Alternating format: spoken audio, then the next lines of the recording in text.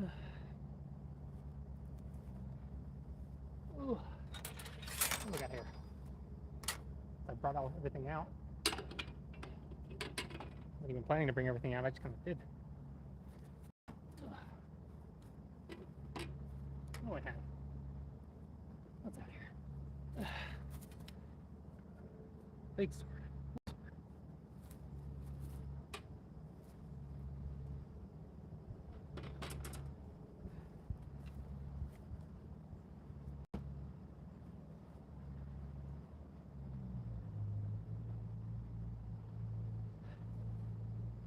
Hello! Big sword. Good fun. Wallet is kind of weirdly heavy.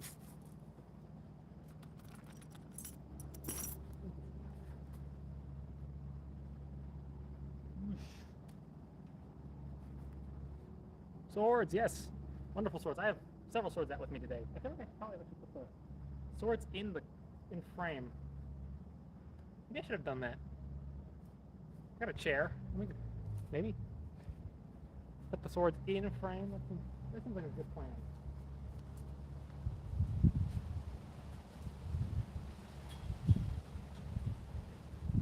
Stick that back there for now. Go grab my chair of swords here. Everybody's got a chair full of swords, right? That's maybe in frame. I don't know. Oh, there's my wife. Hello.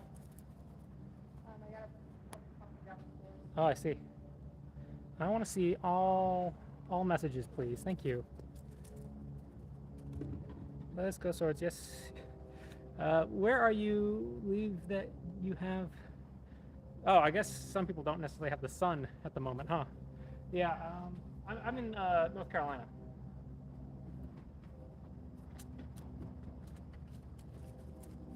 Oh. Problem is, I need like the swords to be just immediately into. Runs immediately into the swords. My goodness. I just don't know what to do with them. They just need to pee real fast, then they'll go. I see. Yeah, so that's a foster puppy we have. Very excitable foster puppy. Have to sniff. What are you doing? I don't know what to do with this. This is too much sword for a puppy to be around. Well, as soon as he pees, he can go back inside. What else we got? I got my messer. Little messer.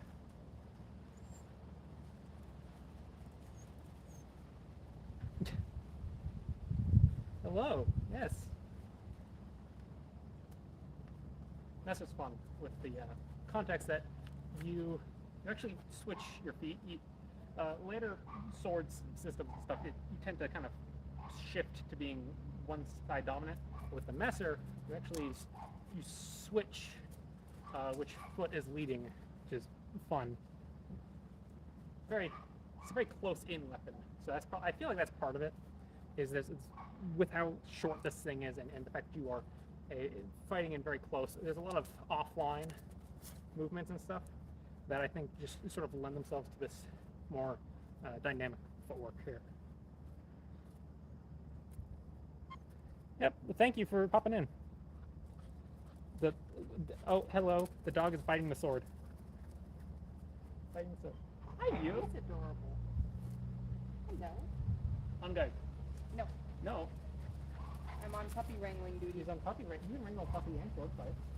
That's true. Then I have to go make dinner. Oh. We have a bunch of leftovers. No, you don't. Yeah, we have all that pasta. No, we do. Do that instead. Oh. Hello. If anybody has any questions out here, I was recording some stuff, so I figured while I was out here recording things, I was doing like a video where I ended up with like all my swords out. Not all of them, but most my favorite swords are out.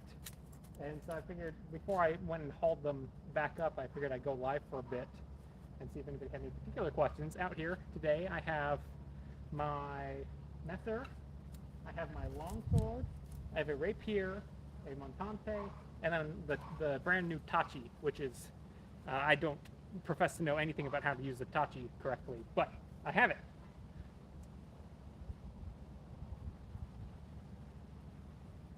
So if anybody has any questions about any of those, feel free to ask. I mostly do longsword myself, so that's what I'm most confident talking about. But I can talk about any of the other European swords fine. But I am quite a fan. Quite a fan of the longsword.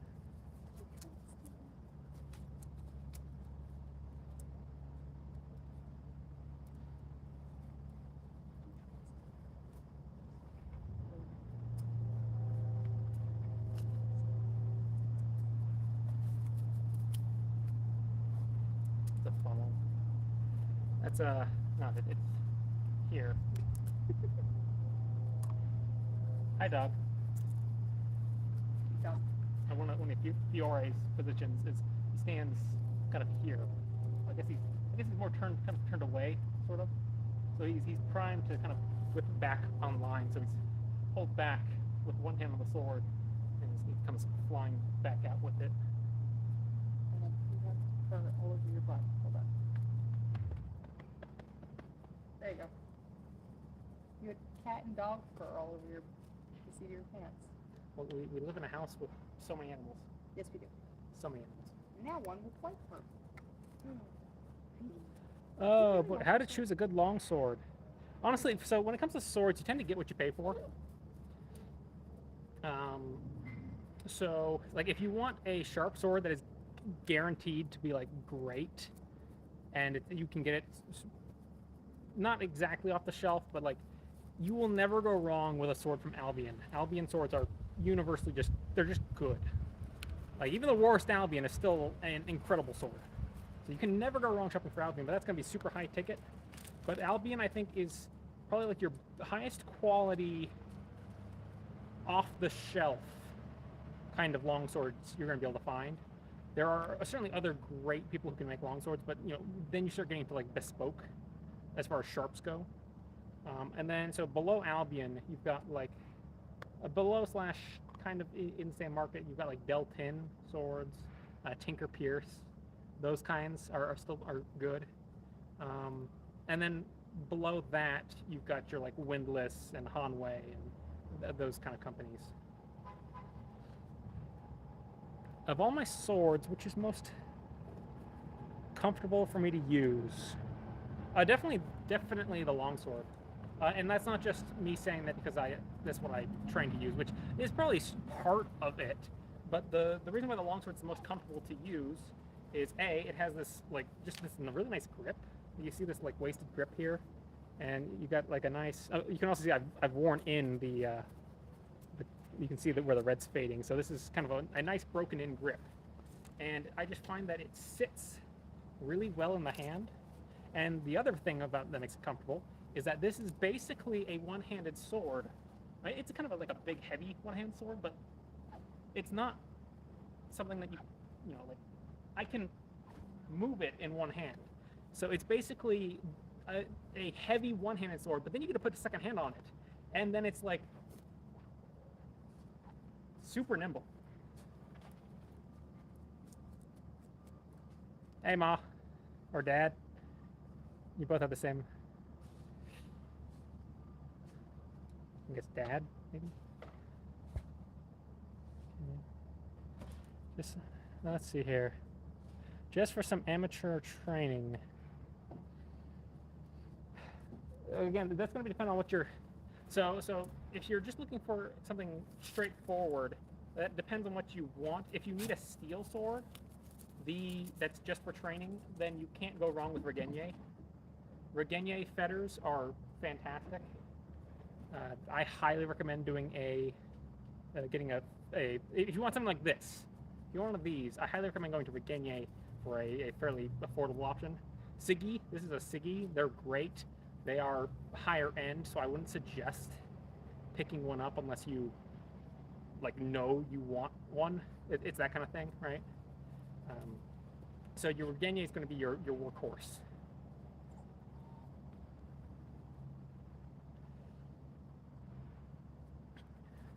I'm not overly interested in earlier swords, but they're fine.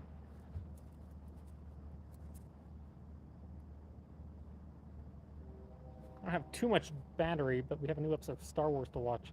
So I'm going until my battery gives out on me. What else did we have? We had what kind of questions?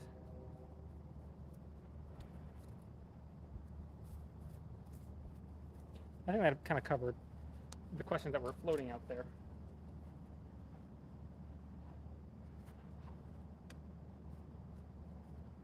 Ah. I always have trouble with that cut. And then this one down here. No. I never get sounding the way I want. Hello.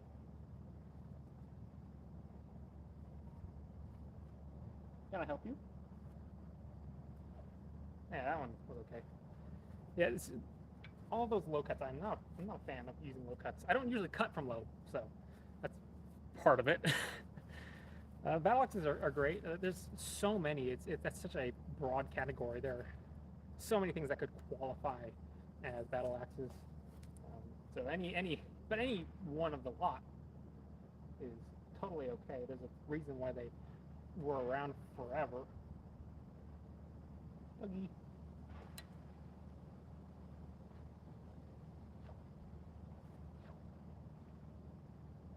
Yeah, if I'm hanging down low, I am almost never actually cutting from down there. But I hang down here all the time. Or rather, not I don't hang out in the full like Nebben hut usually, but rather I usually go to more of this sort of Iron Gate kind of position here. Just because I find that you can come out of this with a cut from above, you can come from below with it with a beat. So I don't usually throw a cut when I'm hanging out here. I'm usually throwing a beat, or I throw a thrust up to there. But I very rarely find myself ever actually throwing a cut from there, which is probably why I have such a bad time actually cutting those low cuts on mats. This dog's really at my feet. Hello. Immediately follows me.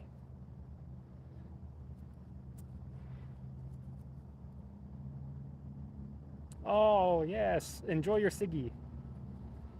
Siggies are great. Where are we going? Boop, boop, boop, boop, boop, boop, boop. How did I get into swords? Am I also a historian or just an enthusiast? Pretty much just an enthusiast. I have a history major, for what it's worth.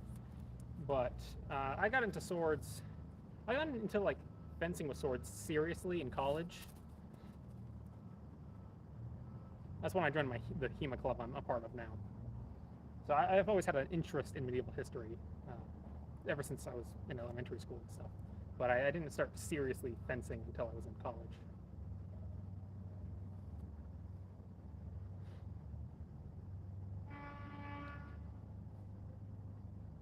If somebody broke into my house, would I defend myself with these, or do I have a gun? If somebody broke into my house, I don't think I'd be able to actually defend myself with any of these because they're in the wrong part of the house to do so. All my swords are like tucked away in a corner.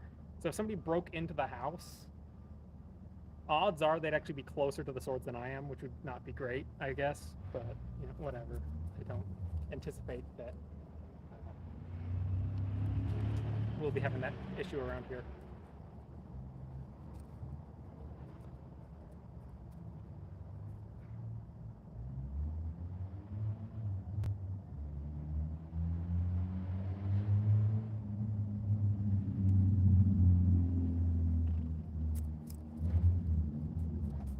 Hi, dog. You're just so happy to see me, aren't you? You just want to hang out with me? Okay, but you have to stay like where I know where you are. Okay, no sneaking. What?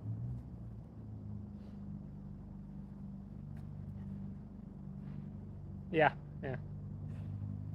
Hello, puppy. Can I help you? Can I help you? Oh, I should have my ring on.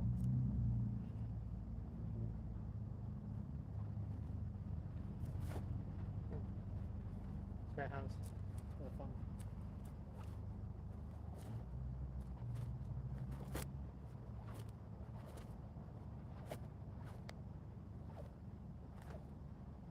Fun cuts there. And then, but not, you don't The Italian tradition doesn't have the Zwerhau. They don't really do the thumb thing. So you don't have the Zwerhau. You don't have Schildhau. And those are kind of the two big takeaways. Krumpau is no-ish. They do have beats, but they wouldn't do it like that and kind of come across like that. Oh, thank you.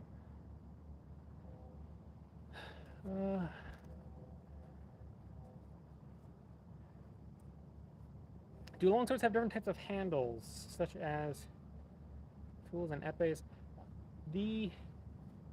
I'd say yes, but it's all going to be some variation on like long stick. You might have, like this one has a wasted grip, so you see it's actually skinnier. It's thicker up front, and then it gets to this waist here, so it's thick, gets wide, and then starts to taper very, very, very dramatically down through there. And I just like it. I like it from an aesthetic standpoint, and I don't mind it at all from a grip standpoint. I haven't quite figured out why I like it, because I can't quite put my finger on why. Like I know why I like it from an aesthetic standpoint. I haven't quite figured out why I like it from a handling standpoint. I think it probably has to do with how much grip shifting you do with the backhand. I think is probably a factor. So when I'm using my sword, this hand generally just kind of stays more or less put. It'll do this. It'll switch. I'll go from here to like here, but for the most part, it's basically staying put. But my backhand, I mean, I'll be switching it from up here. I'll be pulling it back to there, or as I transition through things, I might have to get like really loosey-goosey with this backhand, or you can definitely see it here. So I'm basically just resting my fingers on the top of it when it's back here. And I find that having that narrow section there just makes some of those a bit easier. Like if this was a big chunky grip, it might be a little bit harder in the back section there, but I'm not sure. I don't know how much mechanics went into this decision versus aesthetic. I suppose it means you have less grip to worry about when you're manipulating it around, but I don't think that's really relevant.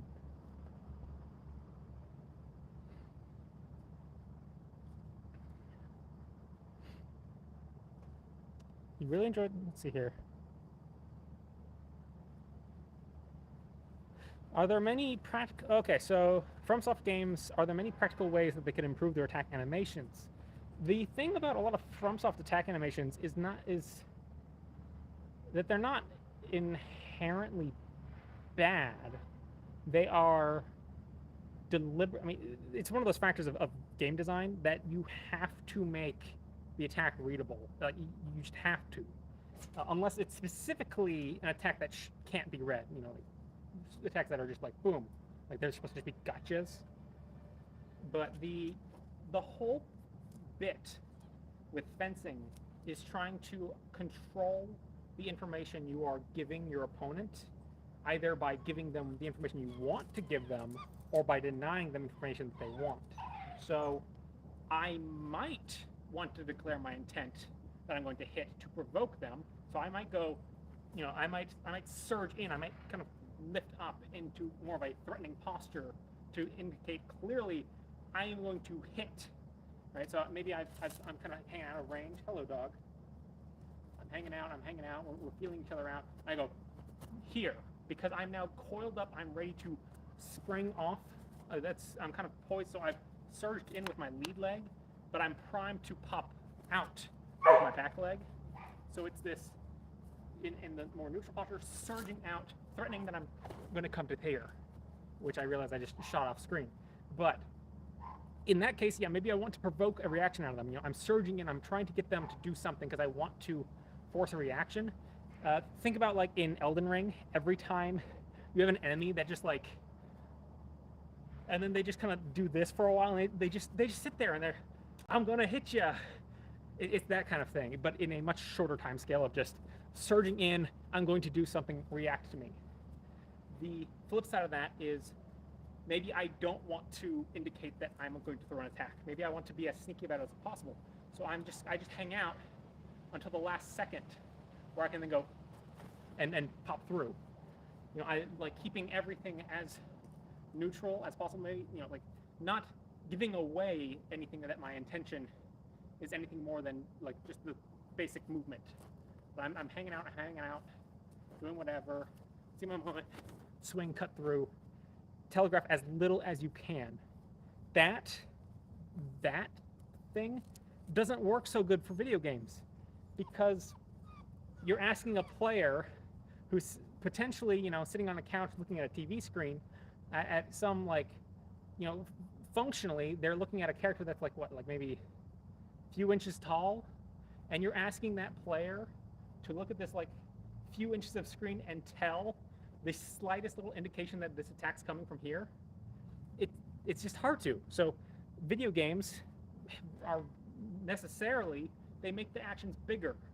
You know, if you look at any sort of great sword attack in Dark Souls, what they do is they idle here, and then they go, and for every single attack, they go from here up to here, and then attack. They always wind up first. They chamber everything they do, which you don't want to do so much unless you're trying to provoke.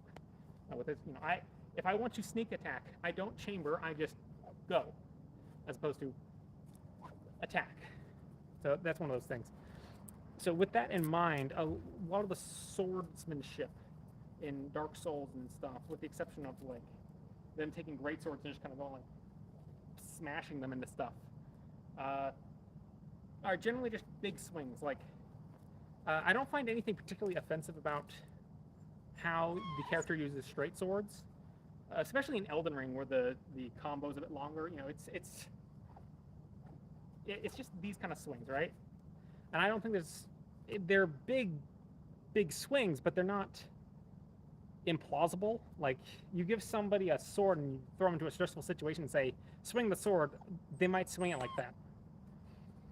The most interesting moveset to me in Elden Ring is the one used by the dexterous longsword, or the dexterous greatswords, like your Knight Greatsword and your Banished Knight Greatsword, and the coiled Greatsword, maybe?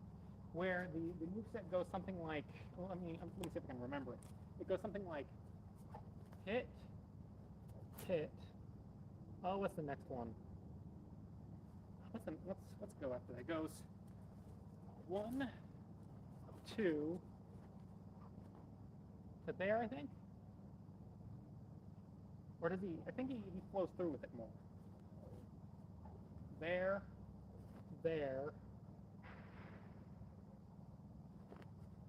Something like that. I don't know. But it's all well done, I think, from a martial standpoint, and they managed to build lag into the combos by having them transition into by burning time transitioning into other positions. So, you know, as opposed to the great sword, the normal great sword attack combo that goes boom. Oh, how's it go? It goes like boom, drag it, and then back up again, and then boom, boom, like that. I think that's how the normal great sword. Oh, my poor sword. So they kill time by making it just this big awful boom swing that ends up like here. And the dexterous greatswords burn time rather than making it a big swing. They burn time by making it and right there, that. So the attack, the recovery. So rather than making the recovery this big, I gotta pull it back, they make the recovery just bleeding off the energy in a way that looks very composed, but still serves the function of making that attack have a recovery window, which I really like, and I would love to see more games implement that as a way of balancing out the animations. So maybe like have the characters be in guard, like their idle guard positions are not ones that immediately lead to the attacks that they would want to throw. So maybe maybe rather than having your characters sitting here, this is a great position to throw cuts from. I mean, it's an amazing position to throw cuts from. But that works against you in a video game context because it's such a good position to throw cuts from, you have to make them signal in some way that they're going to attack. And that results in this kind of like hoo-ah kind of stuff. So maybe have them be in positions where if they want to throw cuts, they actually have to, like if they want to throw a cut like this, put them in a guard where they can't do that. Where if I want to throw that cut, I then have to get to there, I have to chamber that cut. I have to come up with it. Now, again, I was telling earlier about how you can throw a cut like this, right? And that's a pretty tight cut. But for the purposes of like, I want this attack animation, put your character in this position. So that way when they throw that cut, they chamber up to here, and then they throw a cut, and they look a little more competent going from here as opposed to there.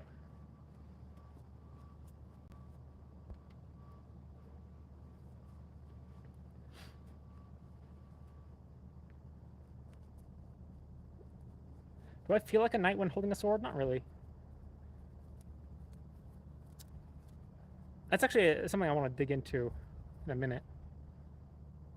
Oh, yes, exactly.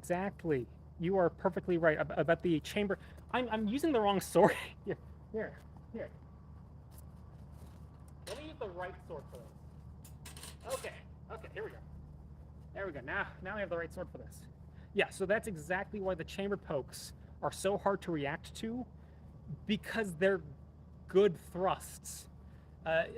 So like the Zweihander in Dark Souls, the heavy attack is with the Zweihander. He goes, if I remember this correctly, he goes boom, and he thrusts that way. He starts off up high, and he goes boom, and he throws the thrust there. Please don't. Which actually falls into the category of what I was talking about earlier about like a good way to mask that, or to make your character go through a wind-up animation without making them look ridiculous, is to actually is to force them. So I actually, in that context, I actually like them going from here down to throw the point out, because that's a competent looking way to throw that thrust.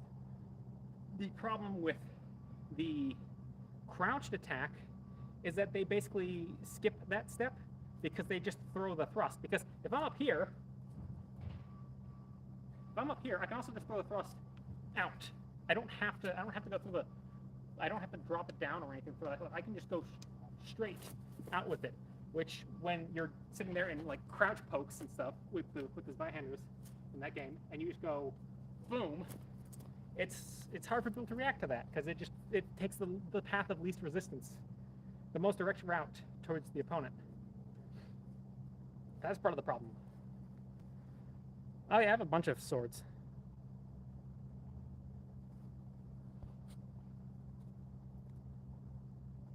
I like Kylo's crossguard saber, as long as you don't get like slag in your hand from like a lightsaber touching the emitter shroud.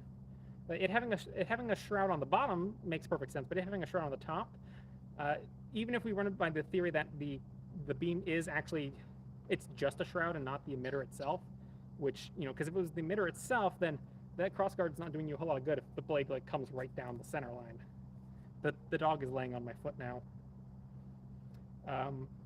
But you get into the other problem of, well, even if you can't cut the emitter off, there's still metal there, and if the lightsaber hits it, you could very well get molten metal like gooing down onto your hand, which doesn't seem like a great idea.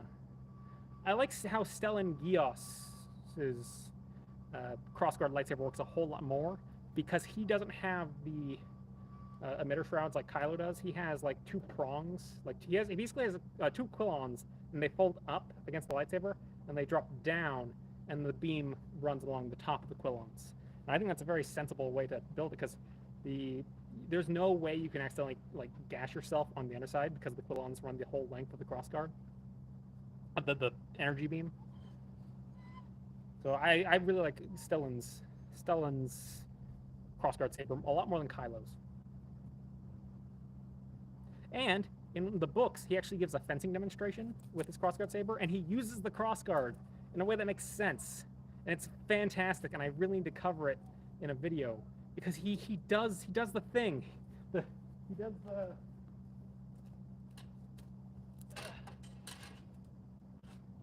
the situation the books describe is basically they get into a situation and he drives. This is another weird thing because it's bouncing around on another recent video I did about how lightsabers stick in the bind and they don't slide. Well, in the book it slides, and also in Obi-Wan versus Grievous it slides. In the book it slides, and so they're in a bind, and he drives his lightsaber up, or rather face first down, one thing or the other. Either way, it slides to about here, and then he twists his crossguard saber, and he entraps their lightsaber, and he basically forces them down, and then like wins the exchange. So I was like, that's great, because that's totally a thing. Like, use your crossguard to entrap. That's kind of the appeal of crossguard. Not only does it protect your hand, it gives you a manipulation point, because you have this right angle here where you can basically trap things. And you have a lot of control over a blade. If you can create this entrapment, you have so much control.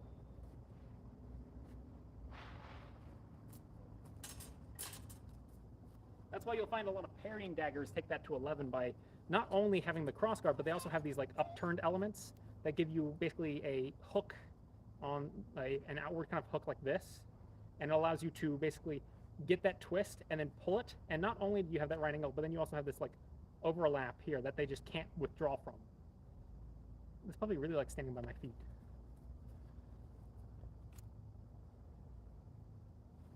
What else do I have here? I have. Oh, I'm not sure. I have my new sword. I haven't done this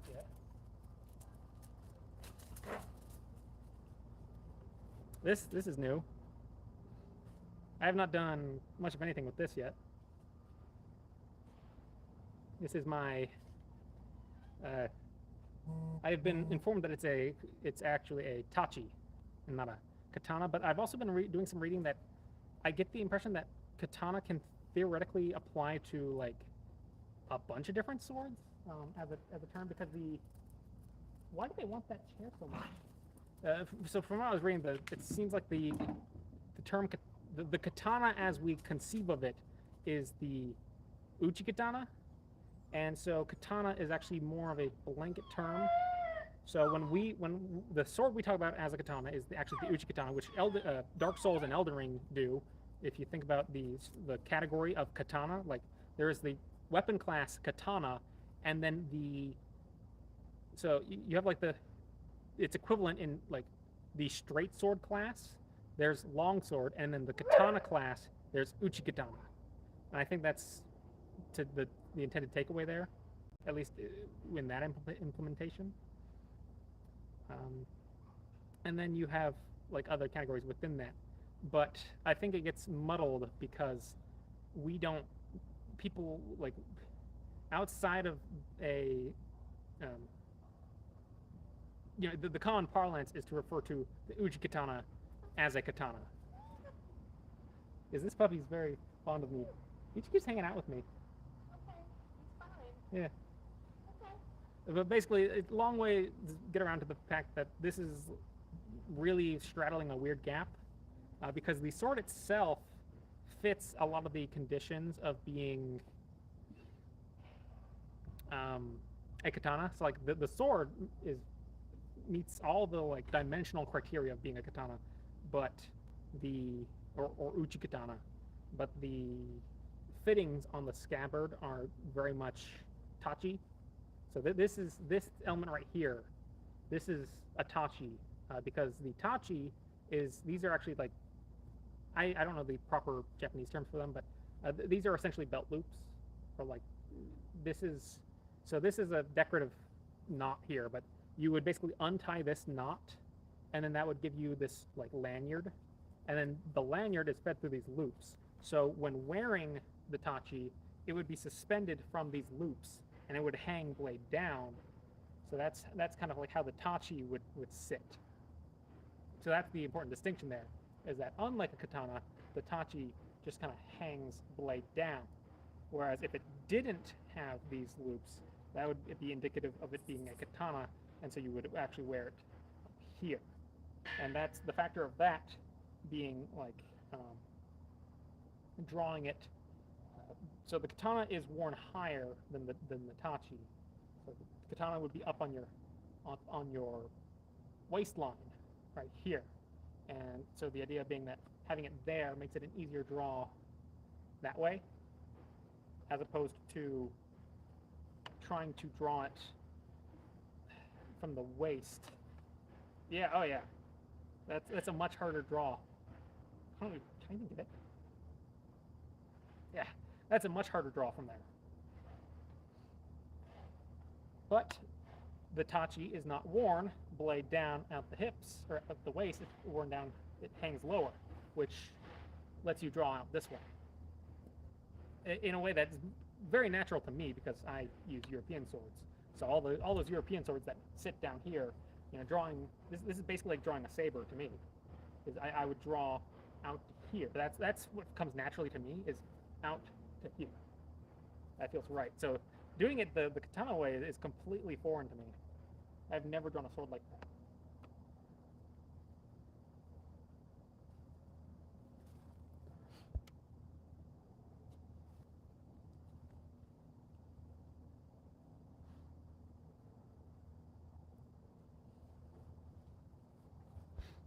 So here's the real mind freak. A lot of tachi were shortened to become katanas. So a lot of katanas are tachi, but they're not anymore. So you would take a tachi. So this is like on the extreme low. If Wikipedia is to be trusted on this for statistics, which I imagine more or less, katana is actually Wikipedia is very well moderated. There's been some interesting stories I've read about people who try to deface it and then the amount of times it takes them to actually successfully get anything to stick for longer than like a minute. Ooh, those things are very well moderated. But if I'm to take that as correct, this is basically the like bottom end of length for a tachi. So tachi in general tend to be longer and more curved, but not necessarily. And so I had this wonderful discussion about it. And so the big takeaway is basically just to look at the mounting. You can basically take the same sword and mount it as a tachi, or you can take the same sword and mount it as a katana. And that kind of like settles the gray area of how it's fitted. Can you not do that, please? Thank you. Thank you, thank you. But I'm very excited to have this sword. I've never owned a sword like this before. And I'm very much a European swordsmanship kind of guy. So I'm deeply intrigued to have a sword that's in many ways unlike much of what I have. So the closest thing I have to a sword like this would be some kind of messer. But even messers are still different. Because my messer is still counterbalanced. Now I have an actual sharp messer. I don't have it out here, but you can see here like this is a one-handed messer, which is curious you might think because it's got that long handle there, but this is indeed a one-handed messer. The handle is used like I was talking about no, that was a video I was recording. But basically this thing can be used in super close range, so having that gives you a hook that you can work with. But even this chunk, I'm used to having some sort of counterbalance of at least some sort. I'm always used to having something back there swinging behind my hand. And when I go to use this sword, it doesn't have that. It's an extremely light handle. Yes, it's got a full tang, but like this is so unlike anything I've used. It's very interesting. It is so that's the main thing that sticks out to me is not the blade having like some oomph to it, because my messer has oomph in the blade. That's nothing new to me. It's the absence of weight back here that feels so unusual to me. It is very strange. Also, this thing's really short. This is a very short sword. So it's wild to think about using this thing in two hands. because I'm so used to having a long sword. But again, even my messer is like, look at that. They're practically the same length. If not even, they might very nearly be the same length.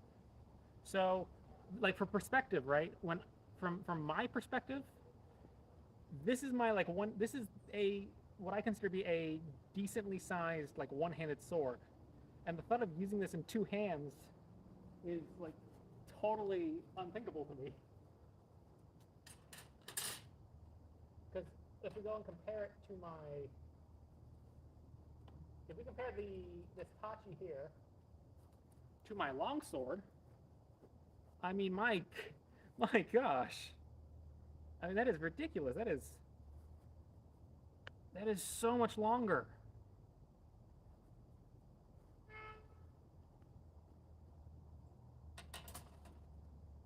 So yeah, this is just a completely different sword to me, and I'm so fascinated by it.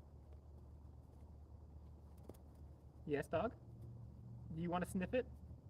Yeah. Yeah, you do.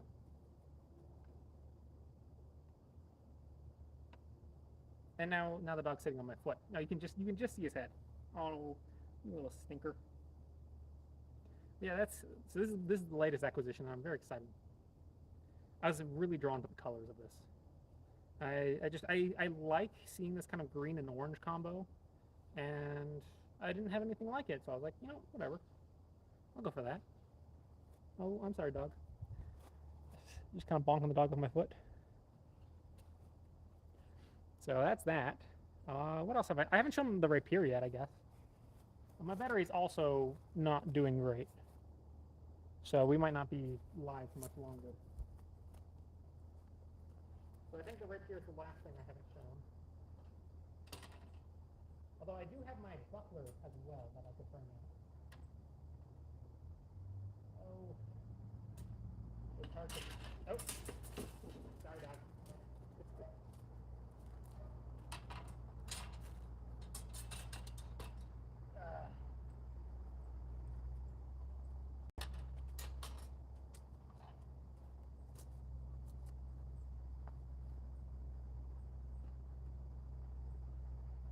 Okay, the last thing I have is this right here. Yes, hello? Hello? Can I help you? Yeah, so this is my rapier. He's got hiccups. So this, unlike every other sword here, this sword is used pretty much exclusively lead foot forward. What? What? You come here. Can you come here? What?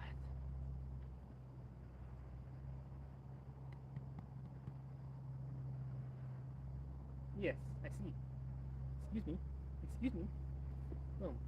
So, dominant side foot forward. Meyer gets into some really crazy, like, deep positions. I always find those interesting. Like, he will end up, like, here. And he'll fight from down here. Like, hand at the knee. And work from this position here. It's really interesting. The chat got kind of quiet, so now I'm just kind of waffling here in the breeze.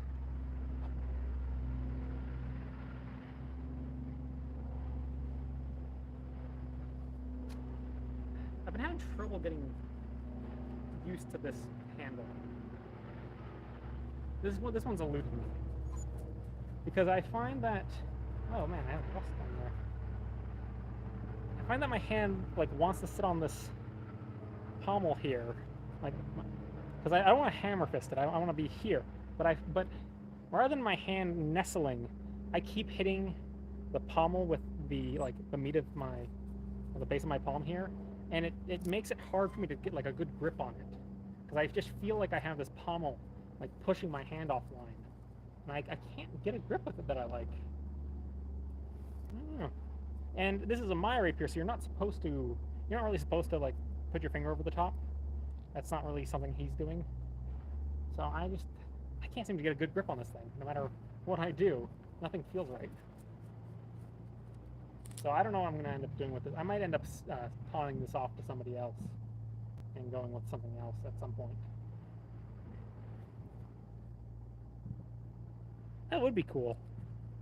Like a rapier Sekiro game? Yeah, that'd be really cool.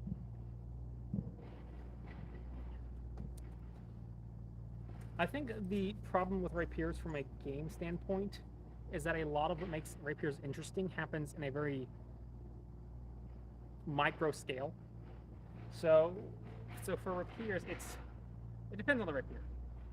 But any sort of like a thrust-centric exchange is very hard to pitch in a gameplay sense.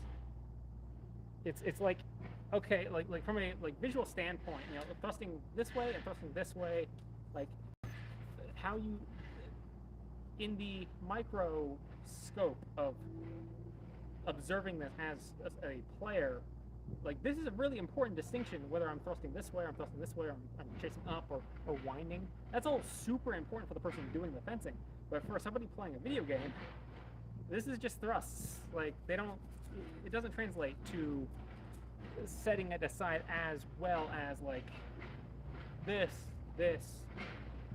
these cuts read better.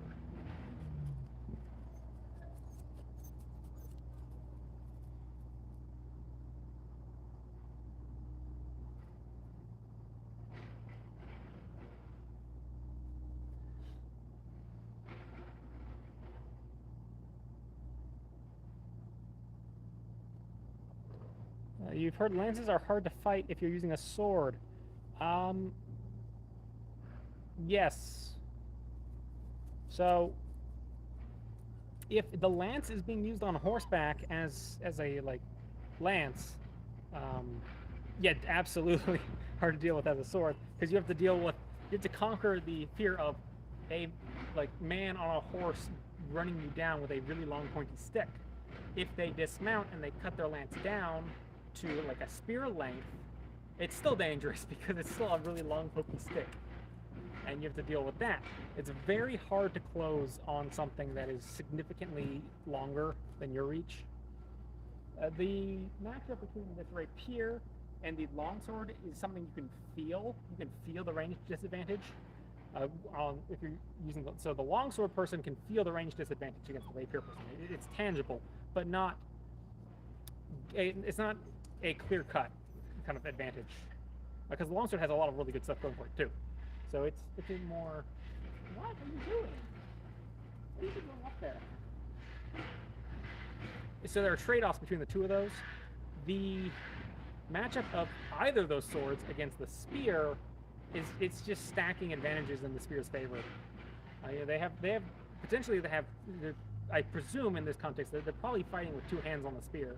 So they've got you matched for leverage, if not exceeded, because they have a much bigger lever to work with. There's only so far you can spread your hands apart with the longsword. The spear can sit there and be like, aha! Hello. Are you scared of the noises? Taking shelter with me. Blah, blah, blah, blah, blah. I think that more or less gets to it. I meander in my thoughts.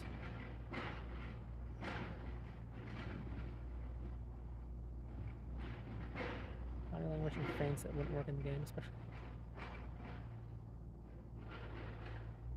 Oh, sweet! Yeah, Swordwind, they're great. My buddy, the Eric Lowe, he is a personal friend of mine, and he runs Swordwind. I think, yeah, he still runs. But yeah, Eric Lowe, great guy. I think you'll have a wonderful time learning under him and his co-instructors. So I look forward to possibly meeting you at an event or other. Hello, the puppy's back.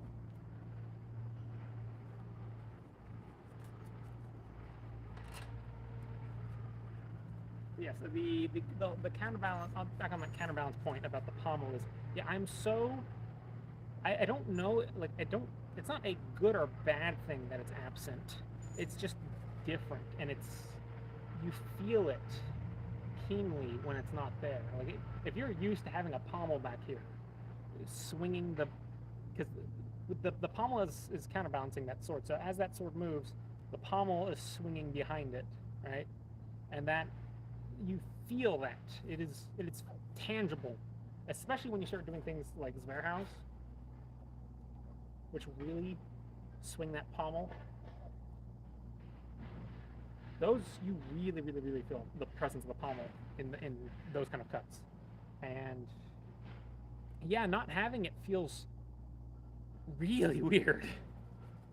I am so used to having that pulling behind my swings that not having it is. Ooh. Now you can kind of get a feel for that by just grabbing your pommel. But even then, you're still holding onto a weight back here. It's just reducing the effect of the pommel. It does not completely change the fact that there is weight back there.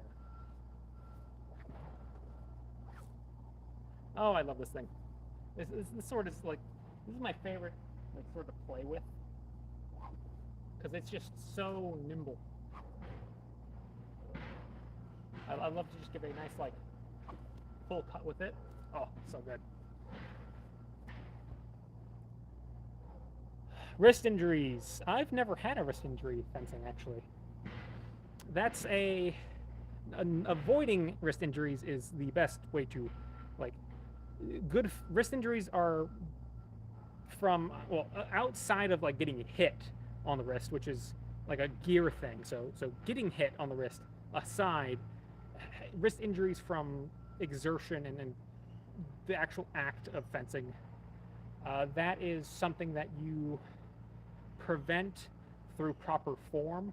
You you shouldn't develop any wrist issues if you are using the sword correctly.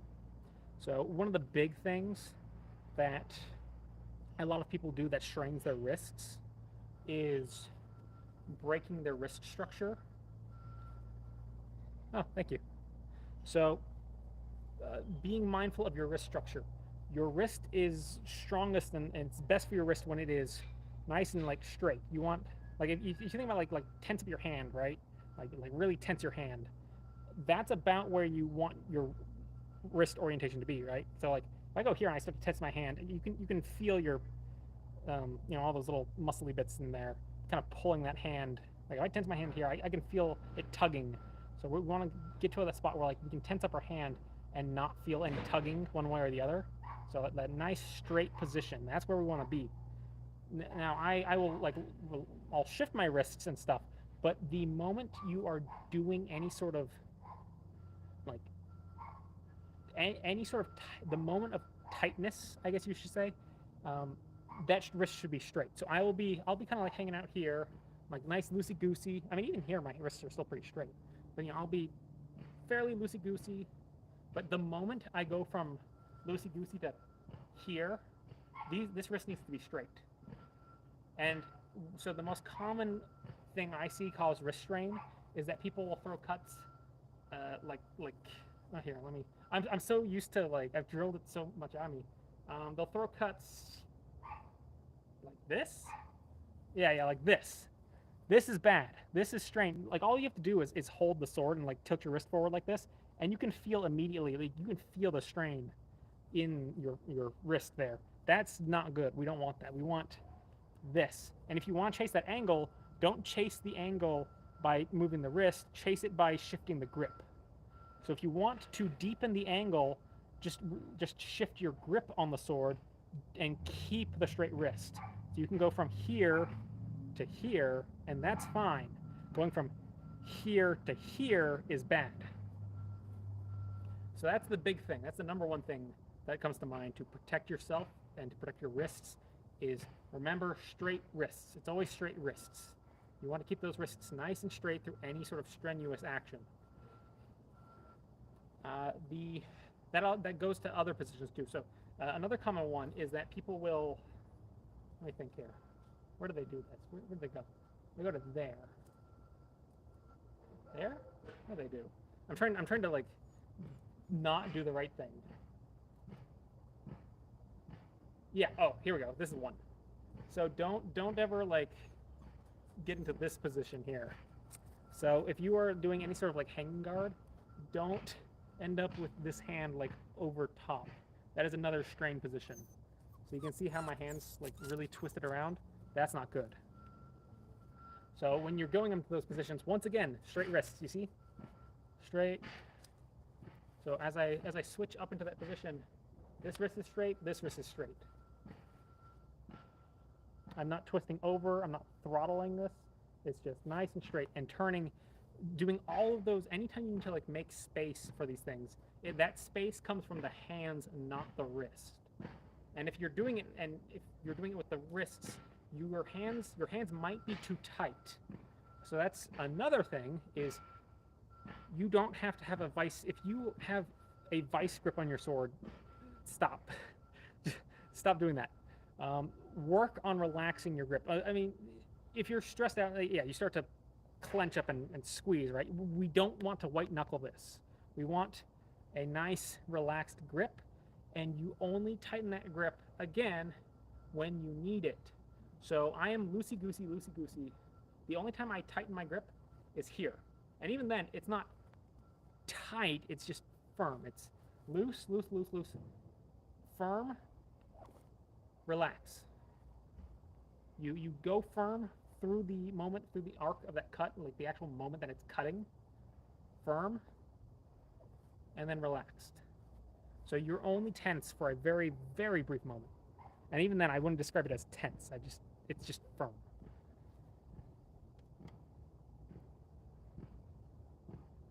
What's the worst designed sword in media that I've seen? I don't know. The Ajax sword's not great, but there is absolutely something worse than that. Man, there are some keyblades. There's some keyblades that are completely useless as swords. They are just decorative pieces. Like, they don't even begin to resemble swords anymore. That's how far removed they are from swords, despite ostensibly being swords. Like, there's one that's like three different. Yeah, I think there's a keyblade that's like at least two swords like crisscrossed, and so you have like both handles, but it's three maybe. I'm not sure, but that one's up there for sure. That one is so far removed from being a sword.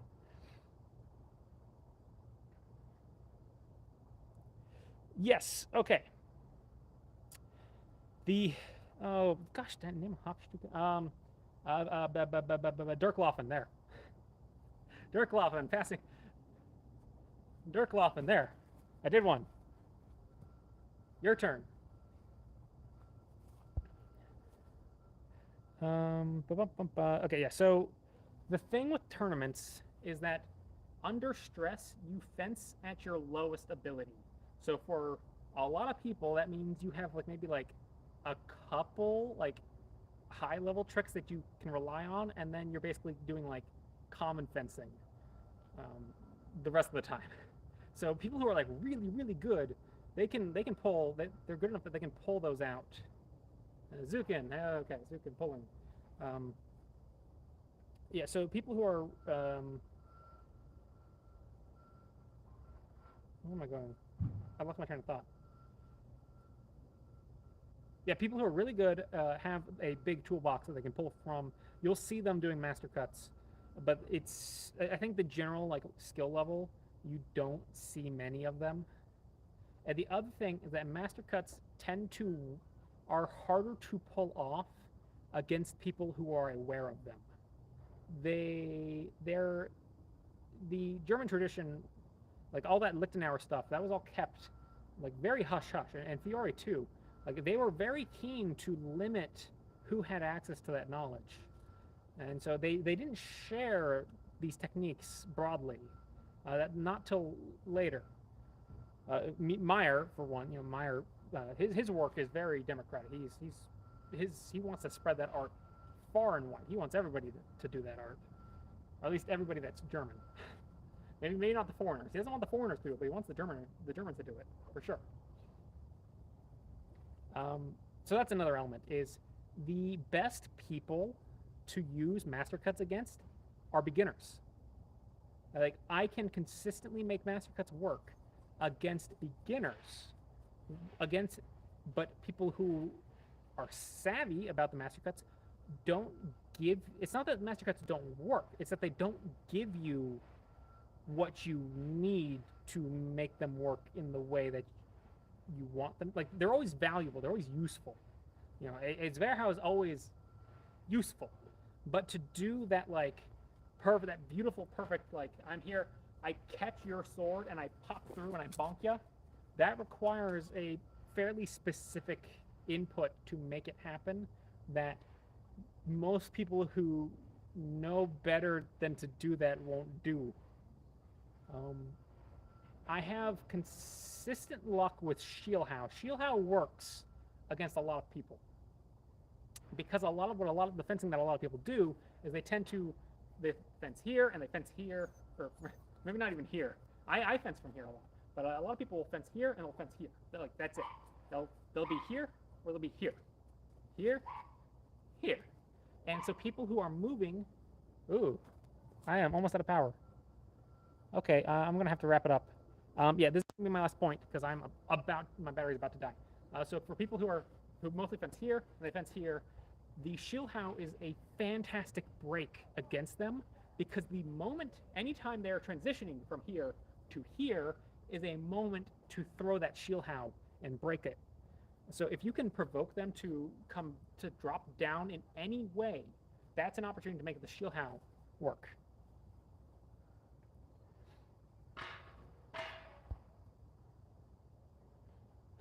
I'm trying to think. So you see Zverhaus a lot because Zverhaus have a place in really close fighting. So you know, if the range, the like mid range, it's not quite grappling yet, but also not like long measure, like that near measure where you're just boom boom, like it is you are in each other's face, but you are neither one of you have committed to a grapple. That's where Zverhaus like shine as just a tool. Krumpau, I don't see Krumpau used too much because once again it relies on fencing, people who will fence you in a way where they won't just dip under and avoid what you're doing. You know, if they're sitting here in long point and you try to crump against their long point, odds are they're just gonna dip under your crump and then stab you. So once again, doing Krumpau well tends to require a scenario that most fencers, at least in the current like fencing environment, they won't give you the opportunity to use it because they know better than to give you the chance to use it. I don't think of other master cuts. Shielhau.